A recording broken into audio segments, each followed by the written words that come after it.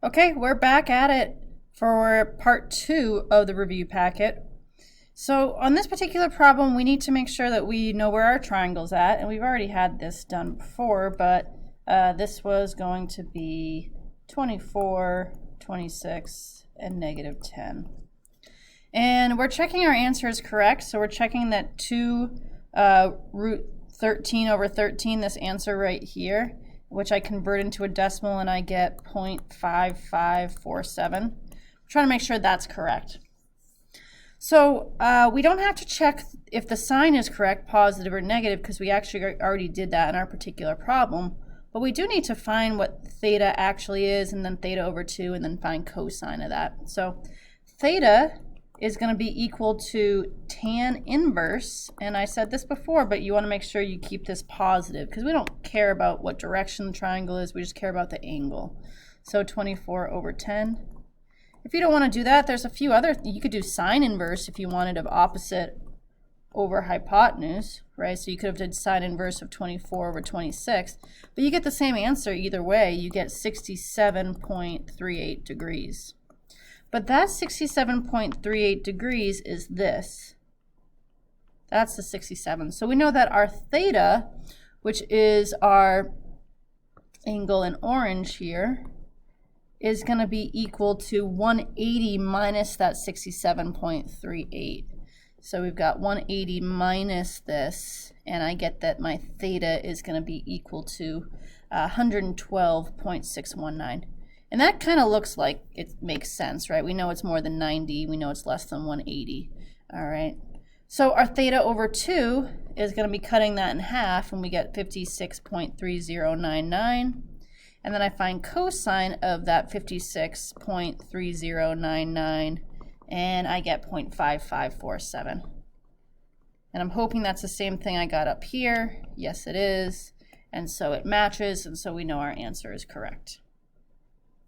All right, let's go on to factoring trig expressions, which I feel like is a little bit easier topic than what we just did. But for this here, we need to make sure we set our x equal to some sort of trig function. In this case, it's going to be cosine theta. So what we really have here is 2x squared plus 11x plus 5. So remember our trick here is we multiply 2 times 5, which is 10. So we just try to multiply to 10. But then we're trying to add to this middle number right here. So what are two numbers that multiply to 10 but add to 11? Well, that's clearly 10 and 1. So I'm going to split this into 10 and 1, and it doesn't matter which one for this particular case, but I'm going to go 2x squared, I think plus 10x first, plus 1x, plus 5. I'm going to go underline, underline, pull out the 2x, and I get x plus 5. So then I rewrite x plus 5 right here, and I write a plus 1 because that's going to multiply through to match everything here. And then I'm going to combine the things on the outside, which are 2x plus 1, and then I've got the x plus 5. And then at the very end here, I have to make sure I plug cosine back in for x, so this is going to give me 2 cosine theta plus 1 times cosine theta plus 5. Okay, there we are. Okay, same exact problem below here, except in this case, we're going to let x equal sine of theta. So we have a problem that looks like 2x squared, right? Because we're replacing sine with x, plus 5 sine, plus 5x, plus 2. Right, so instead of writing sine squared, that's going to be x squared. Instead of writing sine, that's going to be x. So now I'm going to do that same exact process where I'm going to do 2 times 2, which is multiplies to 4.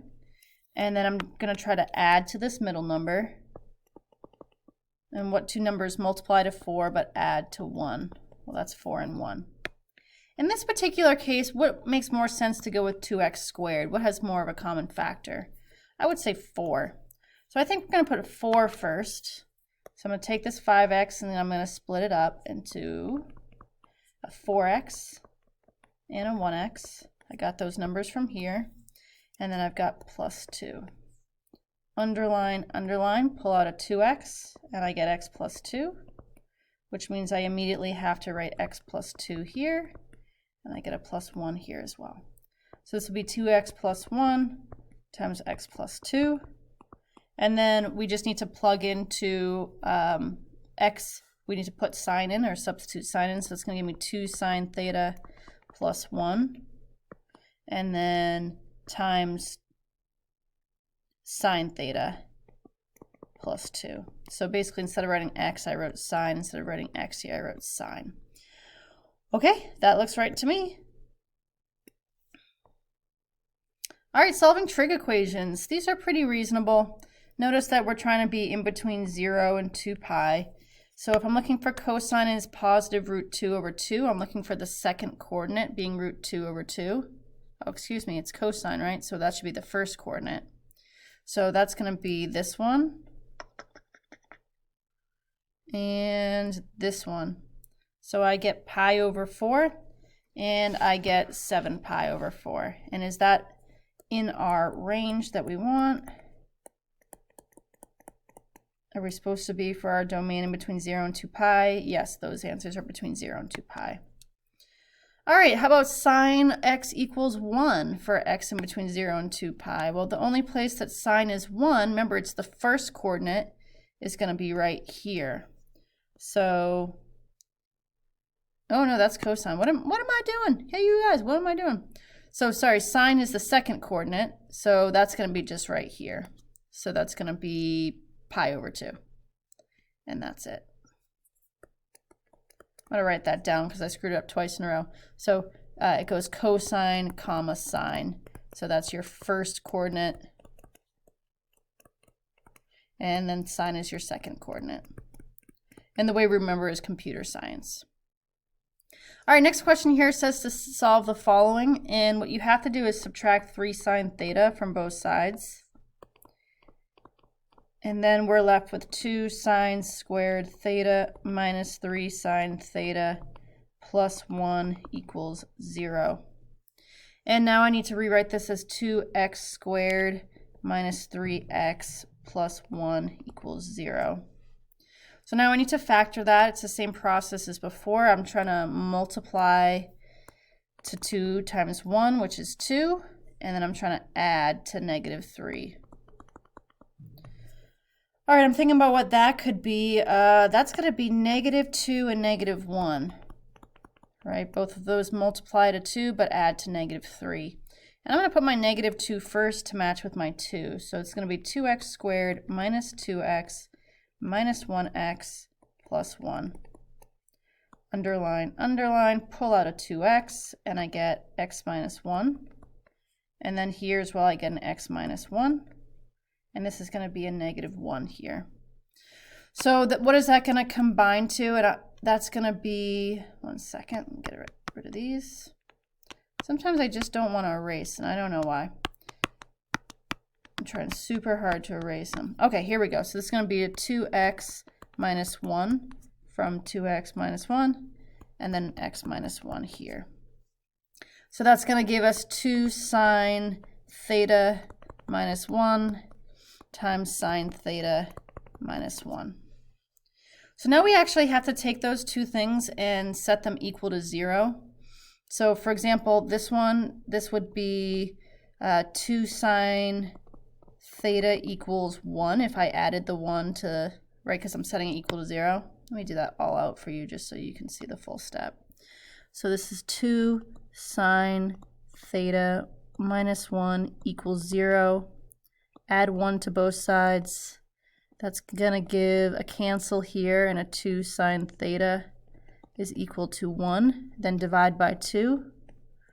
And the 2's cancel, and I'm left with sine theta equals a 1/2. And the question is, where is sine theta equal to a half? Well, my sine theta is the second coordinate right here. So where do we have 1/2 as the second coordinate? We have it here, and we have it here.